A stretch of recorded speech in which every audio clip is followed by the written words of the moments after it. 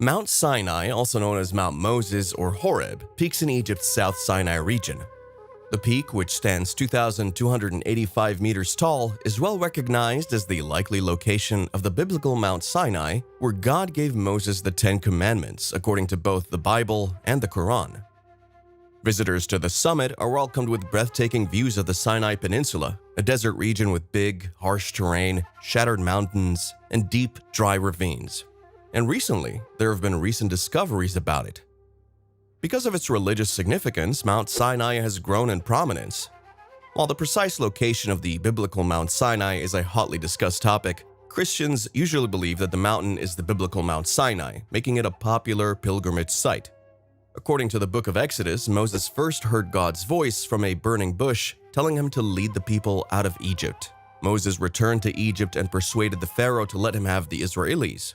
They landed together at the foot of Mount Sinai after months of the journey. When God arrived, there was a huge thunder and lightning boom, signaling his approach. Moses was summoned to the mountain's summit, where he stayed for an astonishing 40 days and 40 nights. When he returned, he gave the Jews the 10 Commandments God gave him. There are huge mysteries hidden in the past, and to find the truth, archaeology, anthropology, epigraphy, and language must work together like a symphony. History that has been forgotten lies dormant, buried in sand, etched on walls, and written on pieces of old parchment. Under the influence of his mother, Queen Helena, Emperor Constantine changed the Roman Empire so that it was run by Christians. The queen built monuments around sacred places in the Bible. This was because she was influenced by pagan religions and cultures that worshipped idols. One of these places was said to be where Moses saw the bush on fire and where Mount Sinai is. She said that Mount Sinai was in the Egyptian peninsula, even though she had never been there. No one dared question the queen for hundreds of years, so this became the traditional location of Mount Sinai on the Sinai Peninsula.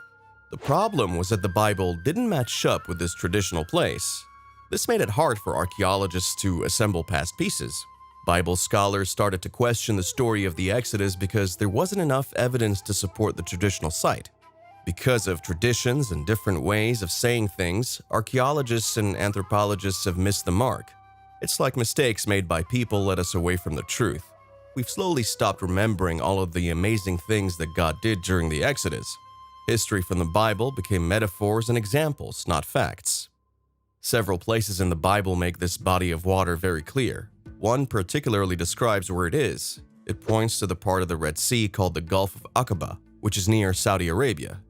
6 times in the Old Testament, the city of Etzion Geber is mentioned. It was on the north side of the Gulf of Aqaba, which was and still is a part of the Red Sea. So why is it so easy to get confused about a location that is so clearly stated? The book of Isaiah can help us get wise and understand things.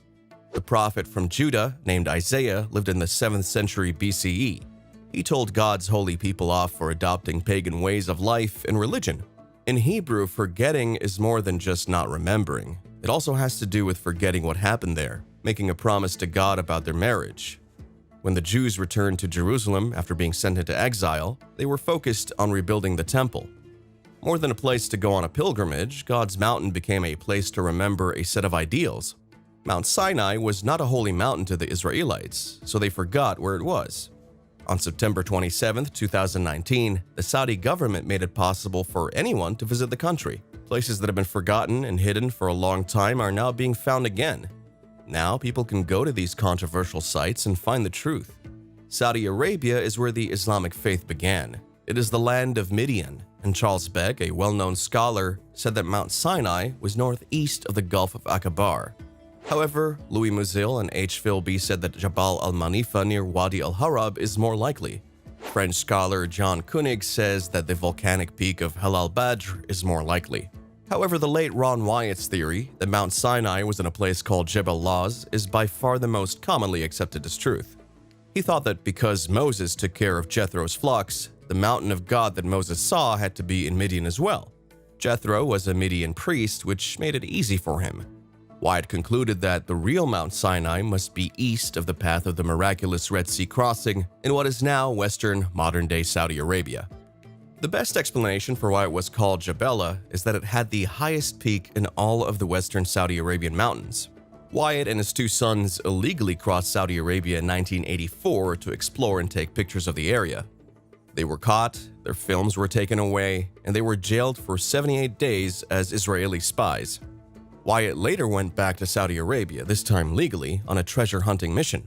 He was looking for the Mountain of God, Egyptian treasures in the area, and the remains of Pharaoh's huge army, which he thought could be at the bottom of the Red Sea.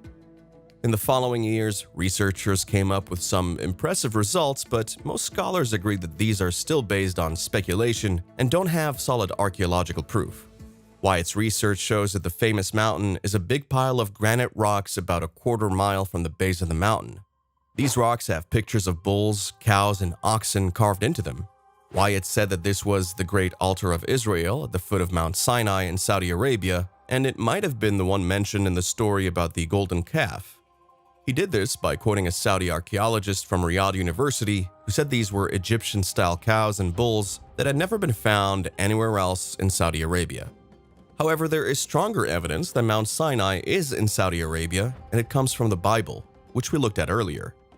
Many scholars say that photos alone aren't enough to prove the case and that a team of geologists needs to look at the rocks closely to confirm what the researchers say. They also point out that even though the area is in an arid desert, it gets about 100 millimeters or 4 inches of rain per year, and that heavy rains, mostly tropical monsoons, often cause flash floods big enough to have smoothed these rocks. Another place that could be Mount Sinai is in the Negev desert in Israel between Petra and Kadesh Barnea, according to the people leading the search for it. This research, called Hak Harkam in Hebrew, or Mountain of Saffron, is based on the idea that the ancient Israelites traveled from the Sinai Peninsula to Petra in a fairly straight line that led them to Hak Harkam, or the Negev mountain, which they say is mentioned in the Bible. Mount Sinai teams of archaeologists and researchers found evidence of religious activities all over the large plateaus nearby. They found shrines, altars, stone circles, pillars, and more than 40,000 rocking graves. The Israeli researchers said that Hak Harkoma is the biblical Mount Sinai, even though the peak of religious activity at the site happened before the exodus from Egypt, which is usually thought to have happened between 1600 and 1200 BC. To make up for the time difference, the Israeli researchers put the exodus from Egypt between 2350 and 2000 BC, using other archaeological evidence to back up their theory.